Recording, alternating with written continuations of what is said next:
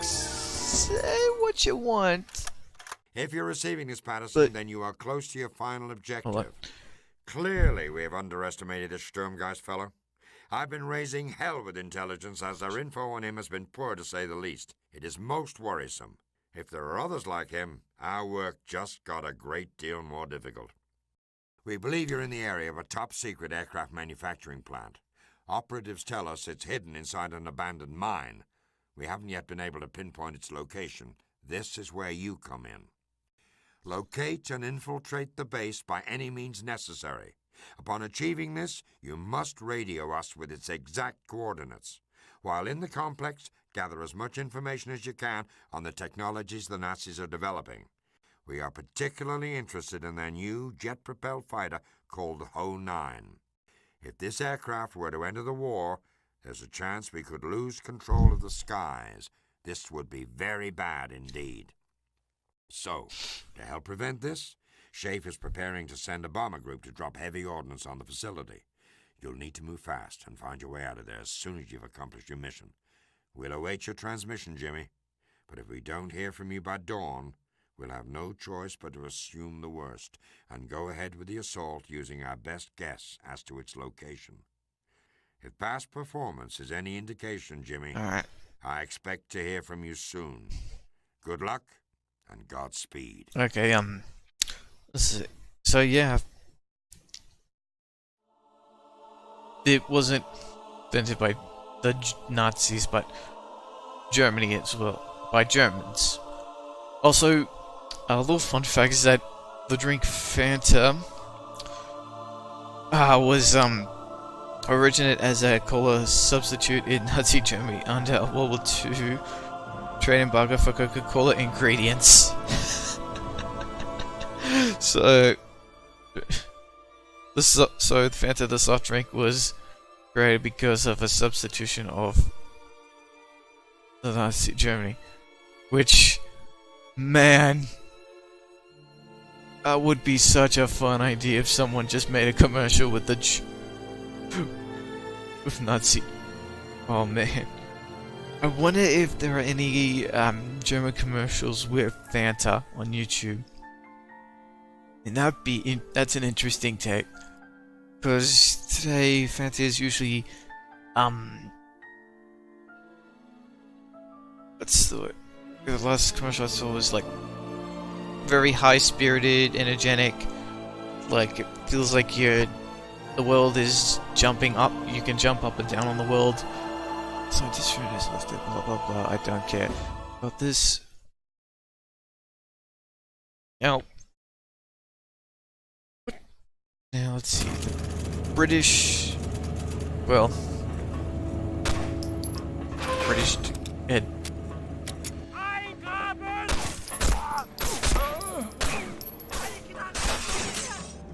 I'm starting with low ammo. Right!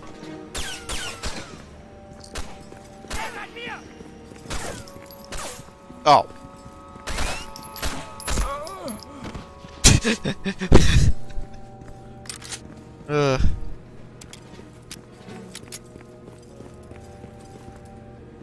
Let's see. Oh, Germans invented kind of the best propaganda machine ever since the British. Because the British kind of made people pay for their propaganda. So they thought that if they did, then it was a decision for the citizen. But Germans took it to a new level because of their movies. And they were so good that the American government was paranoid that they didn't want anyone with communist ties or communist sympathizers to be in Hollywood, because propaganda was a very strong tool and they were aware of that. But what the? I have a bar but no ammo.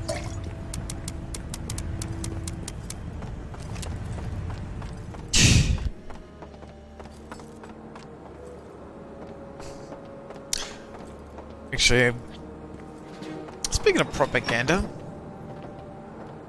let's talk about war propaganda. World War II propaganda was something special. I mean, there was like a lot of time and effort put into them, and Warner Brothers, Disney had, or especially Disney, if it weren't for World War II, they would have gone under, because Disney was out of work and was contracted by the government to make propaganda tools for cartoons. And stuff like Bugs Bunny, before the start of a movie, tells you to buy war bonds. Private Snafu for another Warner Brothers is Private Snafu.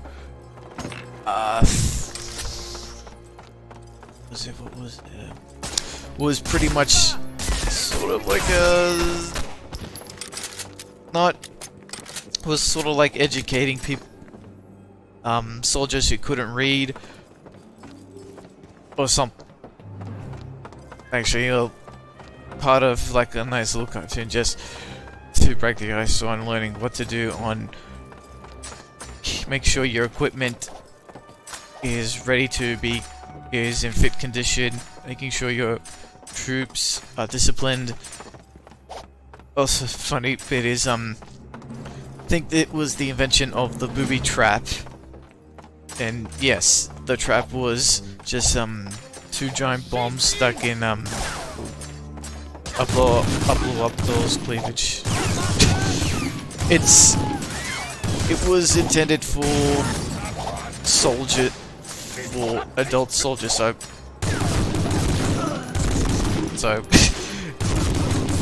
oh, it wasn't shown to the public. Alright, it was only shown to the army, so it's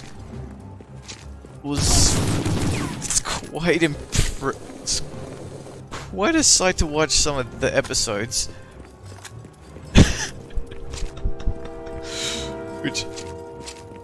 which it is funny that the references they give to all the Warner Bros. Stuff is kind of impressive. Like, there's like a Bugs Bunny cameo. Private Snafu becomes Snuffleman. It's weird that Superman became very popular in the 40s, which kind of made impressive that DC got this. DC was really got their start hugely with the Man of Steel, kind of like an American icon. Same with Marvel. Captain America fighting Nazis. They were fighting Nazis. They were fighting. Captain America was fighting Nazis. Then, later when the Cold War, it was Iron Man. That has got to be almost the most stupidest plane I've ever seen. Wait, I think I've seen this bit. This is where all the air vents just go and the Germans die. Well, no, that sounded dumb. Why do we have a giant fan? I believe I can. Why have something like that created? I never get why. Why do scientists always have to have the white coat? Actually, maybe for the obvious reason. To show that they're doctors. I mean, usually white was used because of sterilization, but I think to make sure everything is calm, because you don't want the doctor to wear in black clothes. Kind of resembling the Plague Doctor, which always thought that death was approaching. Or it's just like the evolution of previous outfits and was more practical, either cheap or cost effective. Kind of like the British the red coats for the British. red was the cheapest dye. And also, you could easily see red coats, which that might be a disadvantage in some ways until they swapped with the khaki outfits used in... Come on, come on!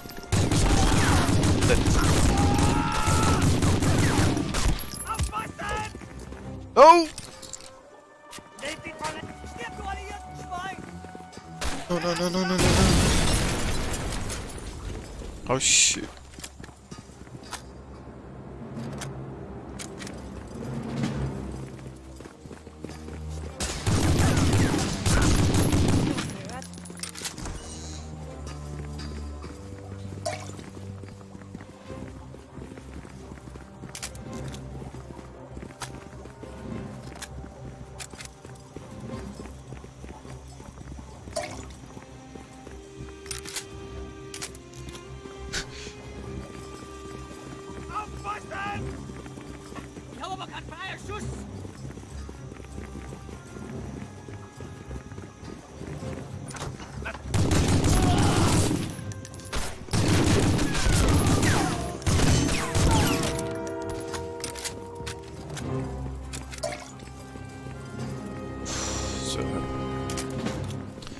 You know, World War II changed a lot in big and small. But for World War II, Disney wouldn't be so big. Or maybe it could be sort of still around, though. Don't know. Warner Brothers, maybe Paramount would have still been around.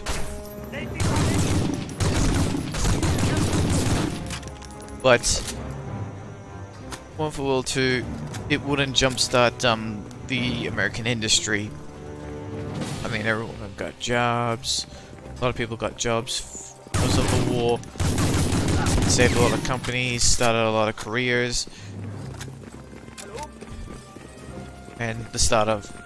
well, maybe not the start of animation. I mean, it did hit a snag.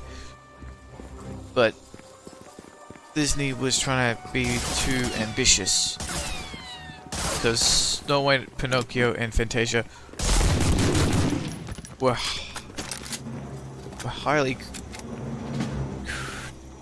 were took a very long time to do. Or that there's sort of like charm, like the production quality went down after Fantasia because of the war and such. But there we go.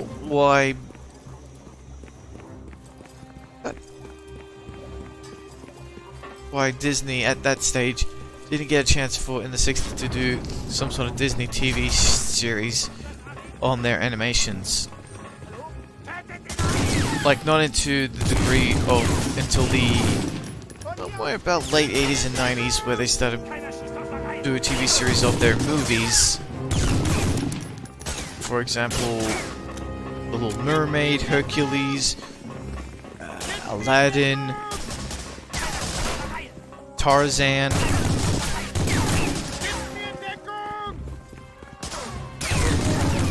I mean, it was the point where their animation team was going under to almost being replaced by CGI, and their attempt of it was bad and let Pixar do it, so they let their Disney team take over the 2D movies. Now, there were some good, there was a few good movies that were 2D that were still being made, and I could just show that with the TV series going, they could still make the profit, but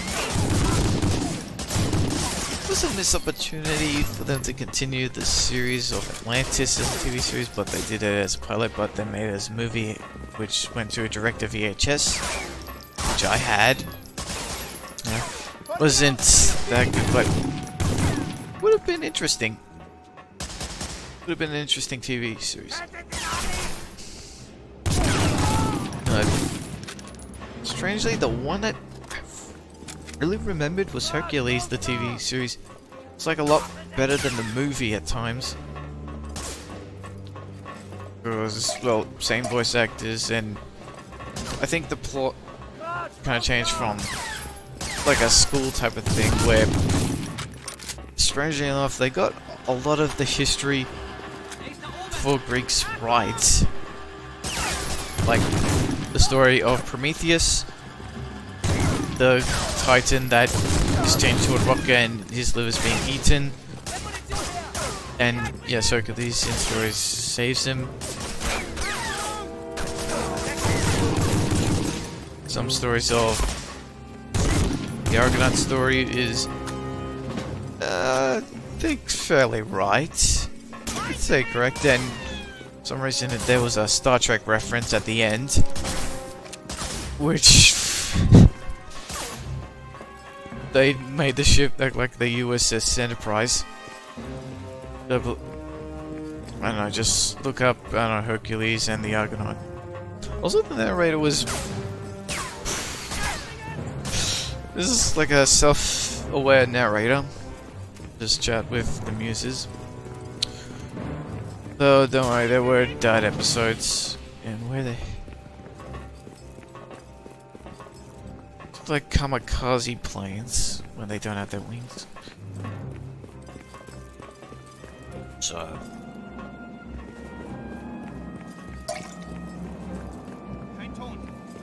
Yeah. Also, if you want to know a very surreal episode, Hercules... there was an episode with Norse gods, and it's quite interesting how they depicted Thor. And if you saw it and kinda got him how they got Loki, Odin, Thor, Asgard, the Valkyries. It's quite generic, but it's hilarious to see that. Come on, blow up! I was expecting something to blow up.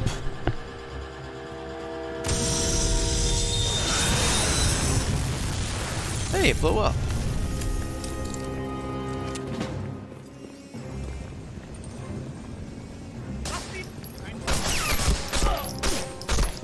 What was it? Maybe it's Hercules and the Norse gods. Hercules and Ragnarok. Can't remember. Let's figure that Norse mythology. Now we have this year of games coming out is God of War. And Marvel Spider-Man 2018 are prime examples of great games that didn't need any catch to them. They were great single-player games that were fair, they were correct, they were good, and they made good money. Not all the money, but they got a lot of money, and and there were so many happy customers. Heck, my relative of mine, I'll say it. My sister bait me too on buying Marvel Spider-Man, so I was patient and waited until I get a chance to play it. Which I sat and watched it, and oh my gosh, it is like an evolution of Spider-Man 2. And when I saw the Easter egg of the drawing of the kid with the lost balloon, I was like, yep. I was like, yep. I don't care if the story ends in such a shit way. He gets a really good game. But does it make it a 10 out of 10? Not by high standards, but like there's always like a few there wasn't glitches, but a few bits of problems that somehow they made the tedious stuff so fun, and if it weren't for the swinging, it would have heavily been damaged, but heavily hurt itself. But it sounds like they kind of set up for a sequel or something. Like they're setting up for a sequel. In fact, come think of it, really good. A lot of good games are already setting up their sequel. But they ended in such a good way that their entire story ends, but sort of setting up the sequel. God of War kind of set up Ragnarok, or possibly the next mythology.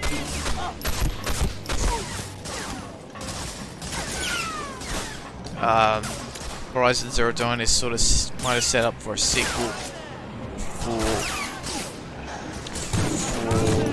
Cyrus being the villain, but that could be something entirely. You don't know, but I'm hoping they make a good game. They make another one, because it was a really good game and a very good female protagonist. Then Marvel Spider-Man, oh sorry, spoilers.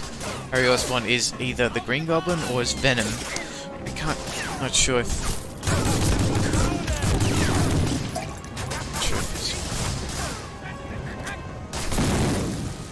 Really? Why have a bazooka in a foundry? Who brings a bazooka in a place like this? Yeah. But would Miles or Peter Parker be the next character? I don't know. See, with all these good games, you want the audience to say that we want more, instead of, oh great, we have to buy the sequel to find out. Usually you buy the sequel because you want more of a great game, not cock tease you to getting the ending. I mean, were they cliffhangers? Not really. Like, if you was, I mean, the main story of the main conflict and story of the villains was solved, but it ends up in the air. So, I don't know, I just want well, I think I would want more of Spider-Man, but another game that I really wish, or really wish that they make a sequel next is Kingdom Come Deliverance.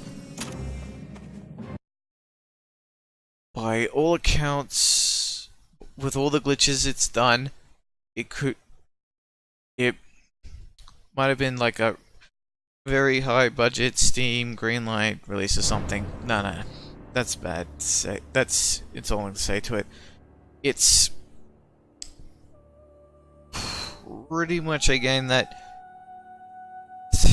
kind of off the bat tells you is that you are really weak, you are not much of a hero, you at best you can take out, you can't even take out the soldiers that fight because you are powerless, and you really have to earn on just learning how to fight with a sword, sneak, and have no clue on how to pickpocket someone well. Basically, you are a peasant, a son of a blacksmith, and you want to get revenge on your father's sword, which, when I think about that, is a great tale in the Middle Ages. And history-wise, they take a few liberties, and the outfits they do, they did get pretty sure they got specialized versions, but I think there are a few problems. It's like the outfits were accurate, but not specifically how they were tailored. The difference between having the clothes using belts or buckles or just having it stitched together being the difference. But they have, what? Damn, they freaking have a gambeson, but when you,